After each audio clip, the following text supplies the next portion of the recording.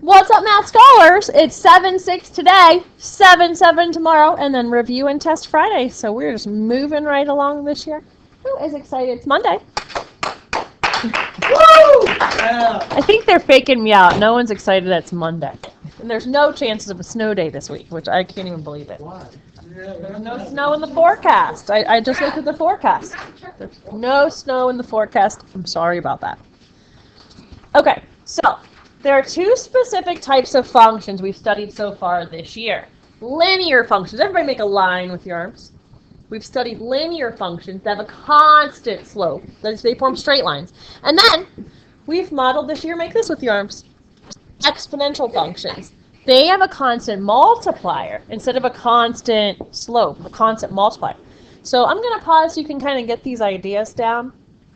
That's a lot of writing. Like, definitely don't write what I've got at the top here. Maybe just write that a linear function would have a constant rate of change slope, and then maybe write that an exponential function would have a constant multiplier. Okay. So maybe just write down what I've got in the pink to save some writing. Put it up.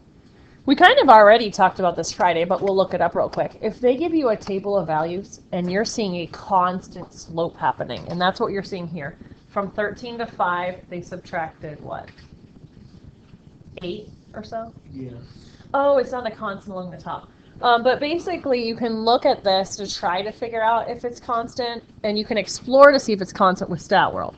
So what I'm going to do is I'm going to do a stat edit, stat calculate 4, because I'm curious if it's a linear regression. And linear regression is choice 4. Do you need to see it on the big calculator? Nah. These steps? All right, then I'm just going to do it on my small calculator in my hand. Stat edit. My L1, that first column is all my x values. So that's the -5, -1. This is your L1 values. All these guys in the top row. And then I'll go do my L2 values, which is my second row. You got to put the numbers in before you do stat calculate. So you do stat edit and you input the values. Then you do stat calculate 4. So when I did this, I got the equation -2 for A and 3 for B with an R value of 1. Now that R value of 1 is important because it means the line is an exact fit. So it was linear. It's just called a correlation coefficient. Oh, I'm sorry, my R value is a -1. It still means it's an exact fit. It means that a linear equation can fit this data exactly. Do you want to see it on the big calculator, or you guys are getting pretty good at Stat World? I mean, we did Stat World Friday. I mean, no, we need to review. You need to see the big calculator? Exactly. All right, let me pull it up. I'll keep the video rolling for the people at home. So you do stat, edit. Your L1 is all the x values. So -5, -1, 2, 7. And your L2 is all the y values. 13, 5, -1, and -11. Yes. So, all right, so I did stat edit. I got all my values in. Now I'm doing stat calculate choice 4, because that's the linear regression step. Now when the video turned off, someone asked, well, how did I know it was linear? Once you do this part and you see this R value is -1, if your R value is close to a +1 or close to a -1, it's a perfect fit. So this is a perfect linear fit.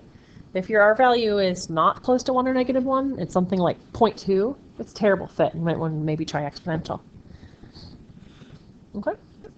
I think that's enough with Stat World for today. Let's move on to sequence.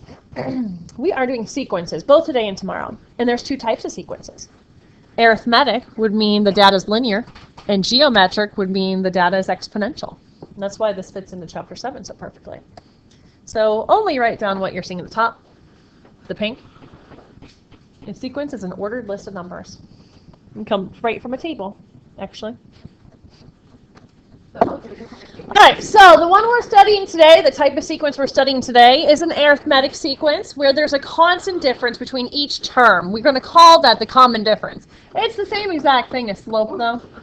I don't know if you need to write that down or not, or whether we're going to just look at a couple of these. Do you just want to look at a couple of these? Yeah. You do want to write it down? All right. She kind of wants to write it down, so I'll pause and give you some time. I accidentally was still on record, but we talked that number 1, yes, was an arithmetic sequence because they're adding a constant amount each time. They're adding 5 each time. So our slope is 5. That's also called the D value. Constant difference, they call it. What do you think's happening in number 2? Are they adding a constant amount each time? They add 2, then they add 4, then they add 6. So now, it's not going to be arithmetic because they're not adding a constant amount each time. Okay? So the weird thing is I'm calling the slope a D value, but it's just the slope. It's how much they're adding each time. Are they going from 2? Yeah. 4, 6, 8? Yeah, they're adding 2, then they're adding 4, then they're adding 6, then they're adding 8. So it's not arithmetic because they have to have a constant adder each time, or constant subtractor each time. Hey everyone, it's time for the formula of the day. So just write down what you see in this box, and I'll explain it. Basically, A1 is going to be your first term. You'll put that number in. And then your D is going to be your constant difference, and you'll put that number in. That's your slope. That is so cool. Wait, isn't that just like... It's very different than y minus y equals slope x minus x, but it'll give you a formula that's similar. It'll give you a formula in slope-intercept form. That's what I'm trying to say. Yeah, you're right on that. Exactly. You'll put the first term in, you'll put the constant difference in, and bam, you'll have it. I wish my name was Fancy. Yep. No. Okay, I just scrolled down. Everybody look at this. We did already see this sequence, but we haven't written the equation out for it, the rule. So here's how we're going to do that. We already identified that the constant difference was 5, right? Yeah. The only other piece of information we need to be able to use our formula of the day is what is A1? What is the first term of the sequence? Good. So all we have to do is plop those numbers into this equation, the formula of the day. We got our rule. Oh, so that's what that one by the A stands for?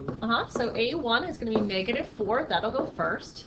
D goes next, and then n minus 1. You put your A1 here, you put your D here. That's your formula. So here's how you can use this formula. Let's say I want to find the 57th term of the sequence. The 57th term of the sequence. I would call that A57. The arithmetic term 57. You would just put a 57 in for n. Isn't that cool? Let's do that just for fun. Let's find the 57th term of the sequence. I know, it's so cool. Type that in your calculator. -4 plus 5 parentheses 57 minus 1. So that's how the formula gets utilized. You can find whatever term in the sequence you want quickly using the formula. So quick. 276? So easy. So the 57th term of the sequence would be 276. That's how the formula works. Is this sequence here arithmetic? Are they adding a constant amount each time? Yeah, they're adding a 3 each time. Very good, Jagger. So we're going to identify the first term along with identifying that constant difference of 3 and write our formula out. So what's the first term? -1. Good job. Yeah, man. So let's use our formula of the day. It's up on the board.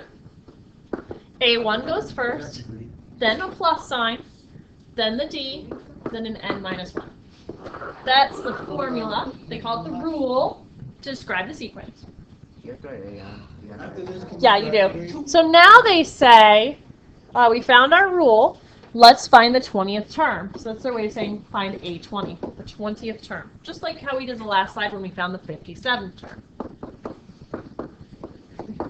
So -5 plus 3 parentheses 20 minus 1.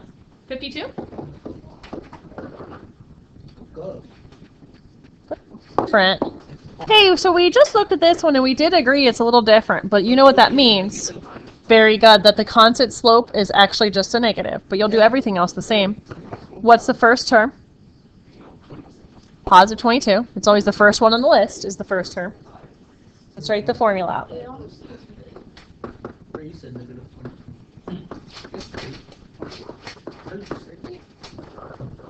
And then they want the 100th term. It's going to be a small number. It's gonna be super duper small. Because it keeps shrinking by 5 every term for 100 terms. What'd you get? Oh, I forgot to add negative. I messed up. I gotta change We had something. 4 7. Good job. You guys are getting this. It is a pretty small number. I don't necessarily think you need to write this down. Everybody in this room knows the slope formula, right? Just be aware you can find the constant difference using the slope formula, okay? So I don't think you need to write it down. If you want to, you can, but you can find the constant difference doing the slope formula. All right, so I wanted to end the day. There's one on the homework like this. I wanted to make sure we had time for it. I wanted to end the day when they gave you the sequence in chart form. So basically they're saying the second term is a 1. The fourth term is an 8. The seventh term is an 18.5. So they don't give you the constant difference, and they don't even give you the first term. You have to figure that all out yourself. So the way I would start this out is just finding that slope. So y minus y, these are x's, these are y's. Y minus y, x minus x. So it's a 7 on top and a 2 on bottom. That's my slope. Ooh, that's yucky. It's a decimal, isn't it? So we gotta use some brain power to think about how we'll figure out the first term. We know the slope is 7 over 2. Do you want that to be a decimal, or do you like fractions? I like decimals. So let's just go 3.5. Here's how I would do it. I would take my formula of the day. I put in everything I know in the formula of the day. I don't know my A1. I know my constant difference is 3.5. And then to figure out my A1, I'm just going to need to use a pair of values that I know go with one another. How about I use these pair of values?